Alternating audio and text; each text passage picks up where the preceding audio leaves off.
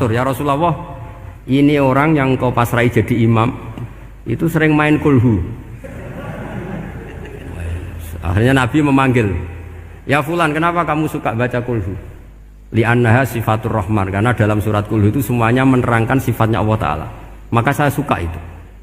Nabi saat itu juga dapat wahyu, ya Muhammad, kasih tahu orang itu, inni uhibbu, saya suka dia karena dia suka kulhu. Wah, itu aja hafalkan itu. Jadi itu riwayat yang lebih menggembirakan itu. Jadi tidak usah tabarak, cukup apa?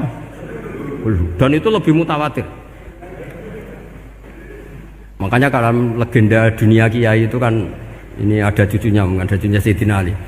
Tuh, siapa yang bisa khatam Quran sekian menit, yang menang Sayyidina Ali ya, karena baca kulhu sampai 3 kali, yang dianggap takdilul Quran, sudah sama dengan baca Quran. Jadi ini ijazah terakhir, ini jadi porsinya tambah turun. Saya itu suka, saya itu punya banyak penggemar lah di Jogja, di Jakarta. Memang agama ini harus mudah. Saya itu kalau baca kulhu itu sampai nangis. Nangis saya bukan karena faham atau haru, itu enggak. Sebaik itu Allah, masa gara-gara hafal kulhu, main kulhu dicintainya? Ya karena memang Allah benar-benar zat yang baik. Makanya saya punya teman itu kurang ajarnya, masya Allah. Kalau tes ditanya rukun Islam berapa, nawakidul wudhu berapa, muftitatus sholat berapa, semuanya dijawab la ilaha illallah. Terakhir ditulis kafir Pak, sama anak nyalano iki. Nyalano la ilaha illallah kafir apa enggak? Gurunya bingung kan akhir. Di ek iku la ilaha illallah kok di ek. Akhirnya bocah diceluk, "Cong maksudem piye? Mana sampean wani ngeek Pak, kafir Pak." Akhirnya sugahno ribet-ribet. Pertanyaan apa tuh? Ma mubtilatus sholat la ilaha illallah. Nah gitu wudu ya. Tapi jangan tiru lho. Lah gurune kok ngeek gak wani, kafir. Siapa yang berani ngeek la ilaha illallah? Ya ana menes sing buweling. Angin belinge itu disurati wong tuane. Kalau nu mondok sarang era kuno, jadi ijek lugu wong. Surati wong tuane, kowe gak susah, wong tuamu disurati. Tenang ya Gus, bapakku buta huruf. Jadi wis disurati, gak ngefek wong bapaknya buta huruf. Nah, di Islam, saya ulang lagi, di Islam, dengan tanda kutip kesalahan-kesalahan kecil gini ku zaman Nabi, sahabatnya Nabi, iku kabeh iku dadi berkah. Makanya enggak ada ilmu sebarokah kayak zaman Nabi. Wong goblok wae dadi berkah. Sampai Nabi ngendikan aksaru ahlil jannah al-bulu, akeh-akeh penduduk swarga iku wong goblok. Mergo wong goblok iku piye? Apa dimangkeli iku ya gaweane pangeran. Nabi itu pernah disomasi wong goblok. Itu ya piye? Nabi kan cerita kiamat tuh gini. Yang kemarin nggak jadi itu. Kiamat di Indonesia kan berapa kali ya? 999 terus 2000 berapa? 12 terus Jumat apa kan sering mau ada kiamat itu. Saya sering ditanya tamu, "Gus, ngenteni kiamat teng putih. Enteni ning kene barang aku aneh-aneh." Ngkarwan layak alamuha illahu bokas bakas. Nak misalnya tenan piye Gus? Ya tenan sing enek kowe sik, anak aku gak. Wah, sesuk tak jak ngenteni kiamat ora sida kiamat. Aneh-aneh. Saya ulang lagi. Ketika Nabi cerita dasarnya kiamat itu sahabat itu nggak mikir, padahal mereka orang-orang pinter. Si mikir wong desa, Mas. Ya Rasulullah, mata sa'ah. Engkau itu cerita kiamat terus tapi nggak jelas tanggalnya. Lalu itu kapan? Wah, kaget sahabat. Oh, pinter juga. Kalau cerita itu ada tanggalnya dong. Ini kan cerita terus tapi nggak jelas tanggalnya. Apa diamuk wong desa? Ora diamuk mangkelno. Nabi meneruskan tentang ahwalil kiamah, masih nerangkan ahwalil kiamah. Dibaleni lagi. Ya Rasulullah, mata sa'ah. Lalu kiamat itu kapan?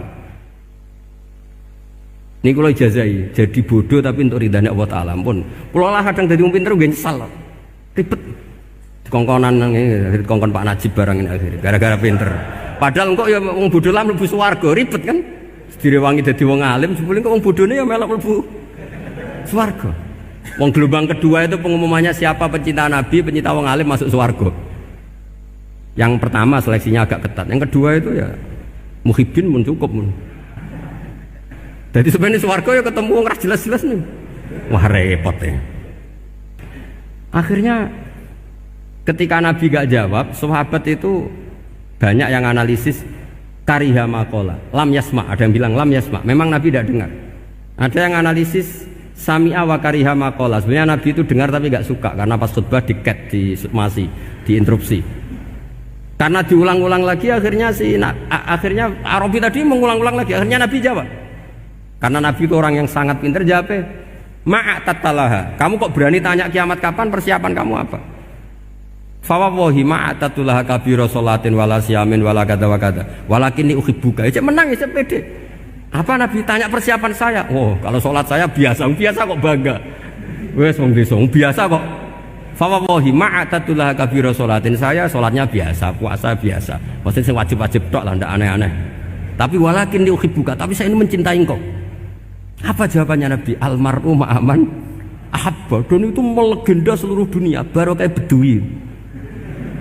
Jadi semua orang yang hafal hadis almar'u ma'aman ahabba atau anta ma'aman ahbabta, itu barokatu hadal badui, karena berkahnya orang Bedui. Dan hadis itu mutawatir karena dikatakan Nabi ketika khutbah, orangnya banyak yang hadir banyak. Barokahnya orang Bedui, gak disopan santun. Mukjizatnya Nabi seringnya gara-gara orang Bedui. Nabi khutbah, wis khutbah cerita akhirat, cerita kebaikan. Ya Rasulullah, khutbah mohon bakas akhirat kebaikan. Sekarang itu tidak ada hujan, halakatil amwal. Sekarang harta hilang semua. Hewan-hewan sudah mau mati semua karena apa? Kekeringan. Mohon jenengan rasa bakas niku, pun jaluk udan mawon. Nabi langsung Allahumma wah langsung udan tuwers. Nak jari ulama lah, Nabi berodok gelos putih udan seminggu nganti akhirnya sapi ini gak mati krono kehausan tapi kelentir. Parani nih Nabi, ini orang rasa salah paren. Ya Rasulullah, wong kula njuk donga udan ben ra mati, saiki mati tenggelam. Mun lereni santai weh.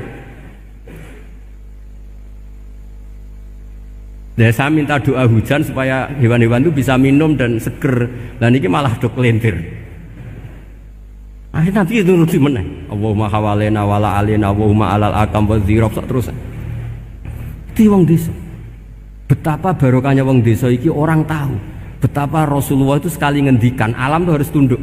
Jadi min mu'jizati Rasulullah sallallahu alaihi wasallam itu sekali ngendikan alam itu harus ngikuti. Jadi Nabi misalnya ngendikan hujan, itu panitia hujan, malaikat hujan harus nuruti. Nabi ngendikan berhenti juga harus berhenti.